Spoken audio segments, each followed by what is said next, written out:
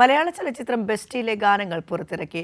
മുംബൈയിൽ നടന്ന ചടങ്ങിൽ ബോളിവുഡ് ഗായകൻ ജാവേദ് അലി, അഭിനേതാക്കളായ അഷ്കർ സൗദാൻ, സാക്ഷി അഗർവാൾ എന്നിവർ പങ്കെടുത്തു.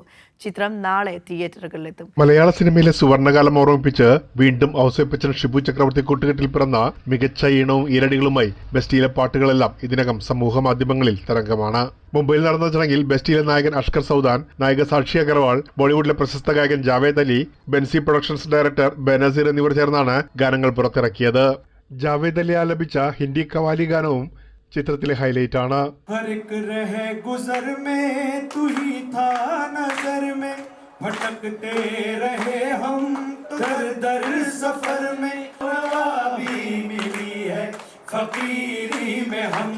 പാട്ടുകൾ പാടിയും ചുവടുകൾ വെച്ചുമാണ് താരങ്ങൾ ചടങ്ങിനെ ആവേശത്തിലാക്കിയത്.